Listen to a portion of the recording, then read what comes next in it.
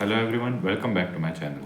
तो आज के इस वीडियो में हम बात करेंगे limit points of a sequence, limit of a sequence and convergent sequence के बारे में।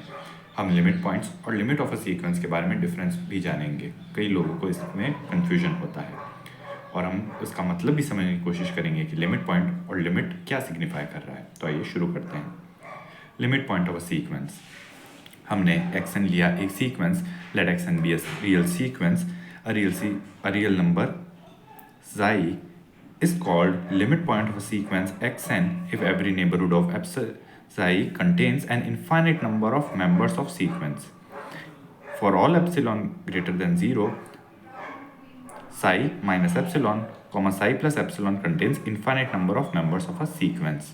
यानी कि हम सीक्वेंस का लिमिट पॉइंट अगर साई है तो यानी कि जब हम एप्सिलॉन नेबरहुड लेंगे साई का, यानी कि एप्सिलॉन नेबरहुड हम जानते हैं Sai minus epsilon comma Sai plus epsilon, इस ऊपर इंटरवल को हम एप्सिलॉन नेबरहुड कहेंगे साई का।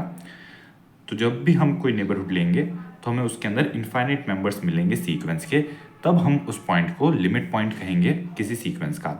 Limit point is also known as accumulation point, cluster point और कंडेंसेशन पॉइंट।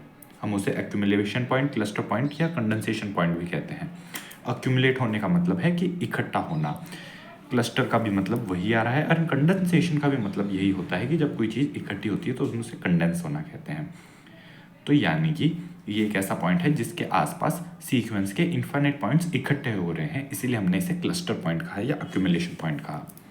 फॉर एग्जाम्पल, अगर हम सीक्वेंस लें, जैसा कि हमने पिछले वीडियो में भी एग्जाम्पल लिया था, -1 to the power n, अगर हम ये सीक्वेंस कंसिडर करें where n is a natural number, तो हमें इस सीक्वेंस का जो सेट मिलेगा, यानी कि सीक्वेंस के सभी जो टर्म्स मिलेंगे वो हमें कुछ इस तरीके से मिलेंगे: -1, -1, -1, -1, एंड अगेन -1, -1,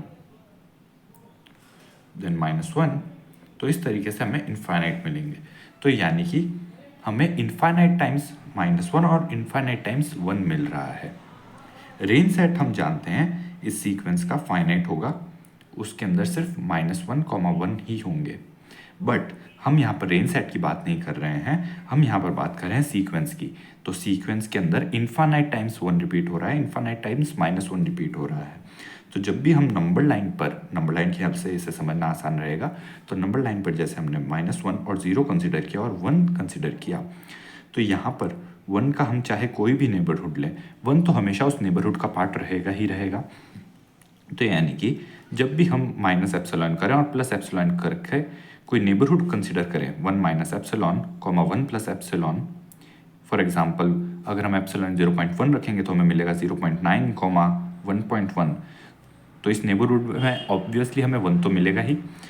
तो यहाँ पर हमें 1 मिल रहा है इस नेबरहुड में, एंड सीक्वेंस के इन्फाइनाइट टाइम्स एलिमेंट्स हमें 1 मिल रहे हैं, यानी कि 1 A2 भी है, यानी कि S2 भी है। इधर हमने S से रिप्रेजेंट किया तो हम ऐसे S2 लिखेंगे। S4 भी है, S6 भी है, यानी कि सेकंड टर्म भी मिल रहा है, फोर्थ टर्म भी मिल रहा है, सिक्स टर्म भी मिल रहा है हमें। इसी तरीके से हमें इन्फाइनाइट टर्म्स मिल रहे हैं इस नेबरहुड में, बिकॉज इवन नंबर्स भी इन्फाइनाइट है। सिमिलरली हमारे पास -1 के भी किसी नेबरहुड में S1 भी मिल रहा है, S3 भी मिल रहा है, S5 भी मिल रहा है। तो इसी तरीके से हमारे पास इन्फाइनाइट एलिमेंट्स मिल रहे हैं। तो यानी कि इस पॉइंट पर इन्फाइनाइट एलिमेंट्स इकट्ठे हो गए हैं सीक्वेंस के, इसीलिए हमने इसे कहा क्लस्टर पॉइंट या फिर लिमिट पॉइंट। तो आइए लिमिट पॉइंट्स की कुछ और बातों के बारे में समझते हैं। रियल सीक्वेंस में और may not have a limit point. ज़रूरी नहीं है हर सीक्वेंस का कोई लिमिट पॉइंट हो भी सकता है और हो सकता है ना भी हो। फॉर एग्जाम्पल, जैसा कि पिछले वीडियो में हमने सीक्वेंस कंसिडर किया था n², तो यहाँ पर हमारे पास इस सीक्वेंस का कोई भी लिमिट पॉइंट नहीं होगा, बिकॉज यहाँ पर सारे ही टर्म्स इन्फाइनाइट की ओर जा रहे हैं एंड ऐसा कोई पॉइंट नहीं है जिसके नेबरहुड में हमें इन्फाइनाइट टर्म्स मिले। लिमिट पॉइंट मे और may not be in the sequence. जो लिमिट पॉइंट है सीक्वेंस का, वो हो सकता है सीक्वेंस में हो सकता है सीक्वेंस में ना हो। फॉर एग्जाम्पल, जो हमारे पास यहाँ पर सीक्वेंस था, इसमें लिमिट पॉइंट इसके इसी सीक्वेंस के अंदर है। बट अगर हम सीक्वेंस कंसिडर करें Sn = 1/n, तो यहाँ पर हमारे पास जो लिमिट पॉइंट मिलेगा वो मिलेगा 0, बिकॉज 0 का जब भी हम कोई नेबरहुड लेंगे तो हम जानते हैं 1/n, जैसे जैसे हम n बढ़ाएंगे तो 1/n 0 की ओर जाएगा।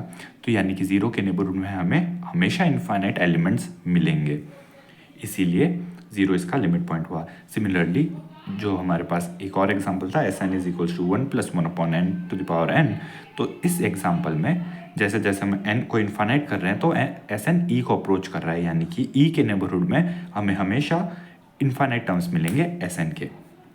तो Sn के लिए यहाँ पर e एक लिमिट पॉइंट हो गया।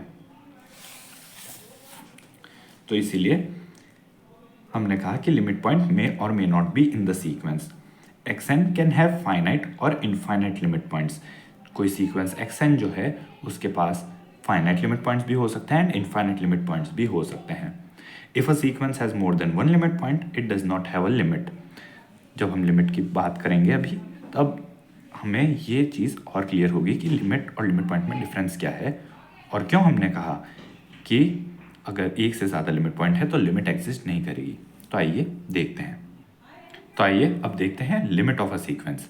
Late Sn be a real sequence, a real number L belongs to R is said to be limit of a sequence if for each epsilon greater than 0 there exists n not belongs to n, या जहाँ पर n हमारा set of natural numbers है, n not depends on e such that Sn minus L is less than epsilon for all n is greater than n not.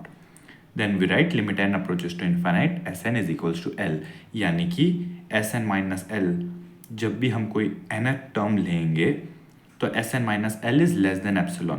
तो इस ये कहना क्या चाह रहा है, अगेन हम नंबर लाइन की हेल्प से इसे ज़्यादा अच्छे से समझ सकते हैं। तो यहाँ पर हमारी नंबर लाइन है, बिकॉज रियल नंबर्स के ऊपर मैप हो रहे हैं हमारे नेचुरल नंबर्स। सीक्वेंस की हमने डेफिनेशन देखी थी लास्ट वीडियो में।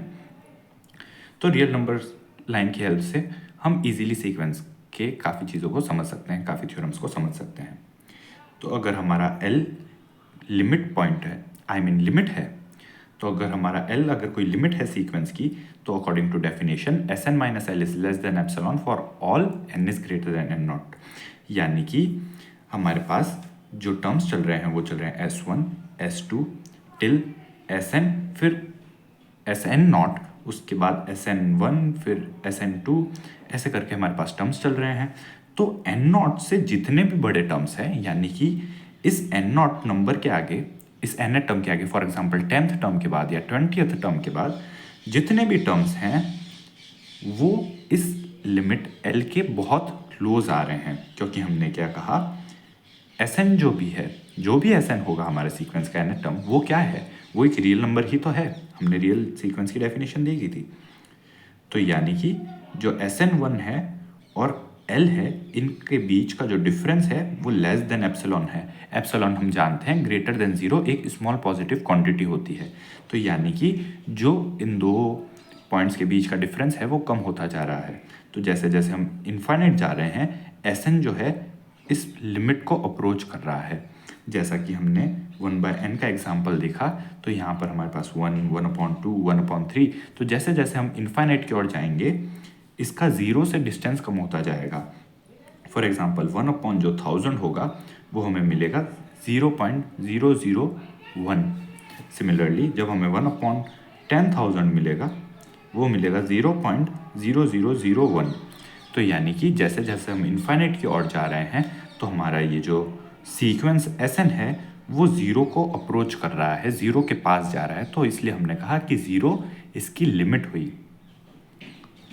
A sequence is convergent if and only if limit exists, कि अगर कोई सीक्वेंस कन्वर्जेंट तभी होगा जब लिमिट एग्जिस्ट करेगी, और लिमिट एग्जिस्ट करेगी तो कन्वर्जेंट होगा। नाउ लिमिट के बारे में हम जानते हैं कि जैसे किसी फंक्शन की लिमिट होती है तो वो यूनिक होती है, तभी लिमिट एग्जिस्ट करती है। सिमिलरली हमने इसीलिए कहा कि लिमिट पॉइंट अगर यूनिक होगा तभी वो उसकी लिमिट होगी, बिकॉज दोनों की डेफिनेशन में आप देख सकते हैं कोई डिफरेंस नहीं है। जो लिमिट पॉइंट की डेफिनेशन है उसके अंदर भी हमने देखा कि जो नेबरहुड में इनफाइनाइट पॉइंट्स होने चाहिए। अगेन यहाँ पर अगर हम L का नेबरहुड लें तो हम कह सकते हैं कि L के नेबरहुड में एस एन नॉट से आगे के जितने भी टर्म्स हैं वो एल के नेबरहुड में आ रहे हैं। एंड हम जानते हैं सीक्वेंस इन्फानाइट तक चलता है किसी भी सीक्वेंस, क्योंकि नेचुरल नंबर्स इन्फानाइट हैं। तो टर्म्स तो सीक्वेंस में हमेशा इन्फानाइट ही होंगे। टर्म्स सेम हो सकते हैं तो रेंज सेट फाइनाइट हो सकता है, बट जो सीक्वेंस है, जो एक्चुअल सीक्वेंस है हमारे पास, वो तो हमेशा इन्फानाइट ही होगा। इसीलिए जो हम कह सकते हैं कि जो लिमिट है एल, उसके नेबरहुड में इन्फाइनाइट टर्म्स आ रहे हैं। तो जो लिमिट एल है वो एक लिमिट पॉइंट भी है। तो यानी कि अगर हम समराइज करना चाहें तो हम कह सकते हैं कि every limit is a limit point, क्योंकि एक लिमिट के भी नेबरहुड में इन्फाइनाइट टर्म्स मिलेंगे हमें। तो हर लिमिट एक लिमिट पॉइंट ही होती है, but every limit point is not a limit. Every limit point is not a limit. Her limit point एक लिमिट हो ये ज़रूरी नहीं है सीक्वेंस की। फॉर एग्जाम्पल, जब हमने S n is equal to -1 लिया था तो हमारे पास 2 लिमिट पॉइंट्स मिल रहे थे। तो यानी कि हमारे पास एक कोई फिक्स्ड वैल्यू नहीं है जिस पे एस एन अप्रोच करे when n approaches to infinite, क्योंकि n ऑक्सीलेट करेगा, कभी +1 पे जाएगा, कभी -1 पे जाएगा। तो कोई फिक्स्ड वैल्यू ऐसी नहीं है जिसके क्लोज जाएगा। इसीलिए -1 और +1 लिमिट पॉइंट्स तो हैं, बट ना -1 लिमिट है ना +1 लिमिट है। और जैसा कि हमने 1/n जो सीक्वेंस का एग्जाम्पल लिया, तो यहाँ पर when n approaches to infinite है तो हमें जो 1/n है ये 0 को अप्रोच कर रहा है। यहाँ पर सिर्फ एक ही लिमिट पॉइंट है, तो वो एक ही जो लिमिट पॉइंट है वही हमारी सीक्वेंस की लिमिट भी है। तो यानी कि सीक्वेंस की लिमिट तभी एग्जिस्ट करेगी जब एक ही लिमिट पॉइंट हो। लिमिट का मतलब ही ये है कि जो यूनिक लिमिट पॉइंट है सीक्वेंस का, वही सीक्वेंस की लिमिट है। वही वो नंबर है जिस नंबर पे हमारा सीक्वेंस कन्वर्ज कर रहा है। तो आइए अब हम देखते हैं कन्वर्जेंट सीक्वेंस की definition. Convergent sequence. If a real sequence has a finite limit, then sequence is called convergent. Xn is convergent if there exists L belongs to R such that for all epsilon greater than 0, there exists N naught belongs to N such that Xn minus L is less than epsilon for all N is greater than N naught. तो यानी कि जब हमारे पास कोई finite limit exist करती है sequence की, तब वो सीक्वेंस कन्वर्जेंट कहलाता है, बिकॉज वो कन्वर्ज कर रहा है। जो लिमिट और कन्वर्जेंट की डेफिनेशन है वो सेम ही है, बट डिफरेंस बस इतना है कि जब हम ये डेफिनेशन लिखते हैं तब जब हम लिमिट के लिए लिख रहे हैं तो हम एल के बारे में बात करते हैं कि जो एल है वो उसकी लिमिट है किसी सीक्वेंस की। जब हम सीक्वेंस के लिए लिखते हैं तब हम सीक्वेंस के बारे में बात करते हैं और कहते हैं कि ये सीक्वेंस कन्वर्जेंट है और वो किसी पॉइंट एल पे कन्वर्ज कर रहा है। तो कन्वर्ज करने का मतलब क्या है? अगर आप कन्वर्ज करने का मतलब सिंपल वे में समझना चाहें तो फॉर एग्जांपल हम जानते हैं कि जैसे कोई एक कॉन्वेक्स लेंस होता है, हम सभी ने पढ़ा है कि हम उसे कन्वर्जेंट लेंस कहते हैं। कन्वर्जेंट लेंस क्यों कहते हैं? बिकॉज जो रेज होती हैं लाइट की पैरेलल रेज, वो उन्हें एक पॉइंट पे कन्वर्ज करता है, उन्हें फोकस करता है। तो कन्वर्ज करने का मतलब है कि एक पॉइंट पे फोकस करना। एक पॉइंट पे सब आके रेज कन्वर्ज हो रही हैं, ऐसा नहीं है कि 2 पॉइंट पे फोकस होंगी, एक ही पॉइंट पे फोकस होंगी। तो कन्वर्जेंट सीक्वेंस के अंदर हमारे पास सभी जो टर्म्स हैं वो एक यूनिक लिमिट पे कन्वर्ज हो रहे हैं। एक ऐसी कोई यूनिक लिमिट है, ऐसा कोई रियल नंबर है जिसके ऊपर सारे पॉइंट्स कन्वर्ज हो रहे हैं, यानी कि एक पर्टिकुलर एन नॉट के बाद में सारे के सारे एस एन इसी लिमिट के पास में आ रहे हैं, इसी लिमिट के नेबरहुड के अंदर आ रहे हैं। जैसा कि हमने 1/n के एग्जाम्पल में भी देखा था, या फिर 1/-1 के एग्जाम्पल में भी हमने देखा था। नाउ जब हमारे पास L सीक्वेंस Sn की लिमिट है, तब हम लिख सकते हैं Sn approaches to L S n approaches to infinite. हम इस तरीके से लिख सकते हैं, या फिर हम सिंपली लिखते हैं limit of n approaches to infinite Sn is equals to L। अगर सीक्वेंस xn से डिनोटेड है तो xn से, या फिर Sn से, या फिर जिस भी तरीके से हमारा सीक्वेंस डिनोटेड है। ऑल्सो किसी किसी बुक में आपको simply limit Sn is equals to L भी लिखा हुआ मिल सकता है। कुछ कुछ ऑथर्स ये नोटेशन भी यूज़ करते हैं। तो आइए अब कुछ सिंपल्स स्टेटमेंट्स देख लेते हैं सीक्वेंसेस और लिमिट्स के बारे में। अलजेब्रा ऑफ सीक्वेंस, अगर हमने x is equals to x n और y is equals to y n दो रियल सीक्वेंस लिए हैं तो हम नए सीक्वेंस डिफाइन कर सकते हैं x plus y is equals to x n plus y n, यानी कि सभी टर्म्स का सम होगा, वो भी एक सीक्वेंस ही मिलेगा हमें। जो डिफरेंस होगा x माइनस वाई एन वो भी हमें एक डिफरेंस एक सीक्वेंस मिलेगा। अगर हम प्रोडक्ट लें टर्म बाय टर्म का, यानी फर्स्ट टर्म का फिर सेकंड टर्म का फिर दोनों के थर्ड टर्म का, तो हमें एक प्रोडक्ट का एक सीक्वेंस मिलेगा। देन एक्स वाई जो है x अपॉन वाई जो है वो हमें एक क्वोशंट के फॉर्म का सीक्वेंस मिलेगा, बट कंडीशन होगी y n is not equal to 0। Similarly for limits, अगर limit x n is equals to l and limit y n is equals to l prime where l prime belongs to r, because हम real sequence के बारे में बात कर रहे हैं, तो हमें limit n approaches to infinite x n plus y n मिलेगी l plus l prime, limit n approaches to infinite x n minus y n मिलेगी l minus l prime, limit n approaches to infinite x n into y n मिलेगी l into l prime, and limit n approaches to infinite x n upon y n हमें मिलेगी l upon l prime, जहाँ पर l prime not equal to 0 होना चाहिए and y n not equal to 0 होना चाहिए। ये बेसिक कंडीशन है, बिकॉज 1/0 इनडिटर्मिनेट फॉर्म होता है, इनडिफाइंड होता है। आइए कुछ और थ्योरम्स देखते हैं लिमिट्स के ऊपर और कन्वर्जेंट सीक्वेंसेस के ऊपर। बोल्जानो-वेयरस्ट्रेस थ्योरम कहता है every bounded sequence has at least one limit point. अगर कोई सीक्वेंस बाउंडेड है तो उसका एक एटलीस्ट वन लिमिट पॉइंट होगा। और कुछ थ्योरम्स हैं, limit of a convergent sequence is unique. अगर कोई सीक्वेंस कन्वर्जेंट है तो उसकी लिमिट यूनिक होगी। Convergent sequence is bounded not conversely, यानी कि अगर कोई सीक्वेंस कन्वर्जेंट है तो वो बाउंडेड होगा, but her bounded sequence convergent हो ये ज़रूरी नहीं। फॉर एग्जांपल अगर हम यहाँ पर हमारे एग्जांपल्स की बात करें तो जो -1,1 का जो एग्जांपल था यहाँ पर ये बाउंडेड तो है बट ये कन्वर्जेंट नहीं है, लेकिन जो 1/n है वो भी बाउंडेड है 0,1 इंटरवल के अंदर और कन्वर्जेंट भी है। इन सभी थ्योरम्स के प्रूफ भी हम देखेंगे आने वाले वीडियोज़ में। A sequence is convergent if and only if it is bounded and it has a unique limit point। अगर कोई सीक्वेंस है वो कन्वर्जेंट तभी होगा जब वो बाउंडेड भी हो और यूनिक लिमिट पॉइंट भी हो। If a sequence is unbounded, limit does not exist। अगर कोई सीक्वेंस अनबाउंडेड है तो लिमिट एग्जिस्ट नहीं करेगी। Let xn be real sequence। अगर हमने कोई रियल सीक्वेंस लिया है then xn is greater than equal to 0, यानी कि हमने पॉजिटिव नंबर्स का सीक्वेंस लिया है, और अगर लिमिट उसकी l है तो l इज ग्रेटर देन 0। अगर पॉजिटिव नंबर का सीक्वेंस है तो उसकी जो लिमिट होगी वो भी पॉजिटिव आएगी।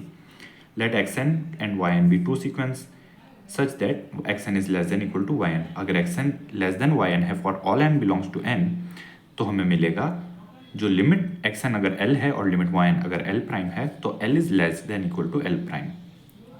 Let xn be convergent then mod xn is also convergent. अगर कोई xn सीक्वेंस कन्वर्जेंट मिलेगा तो हमें जो उसकी एब्सोल्यूट वैल्यू से जो सीक्वेंस मिलेगा वो भी कन्वर्जेंट ही मिलेगा, एंड जो limit n approaches to infinite xn होगी वो limit n approaches to infinite xn का मॉड होगी, यानी कि जो मॉड के लिए हमें जो लिमिट मिलेगी वो जो हमें एक्चुअल लिमिट मिल रही है उसी की मॉड वैल्यू उसी की एब्सोल्यूट वैल्यू होगी। Converse is not necessarily true. Converse ज़रूरी नहीं ट्रू हो। तो friends this was all in this video. तो आने वाले वीडियोस में हम बात करेंगे कुछ थ्योरम्स के बारे में एंड डाइवर्जेंट सीक्वेंसेस के बारे में भी। Thanks for watching and take care. मिलते हैं नेक्स्ट वीडियो में।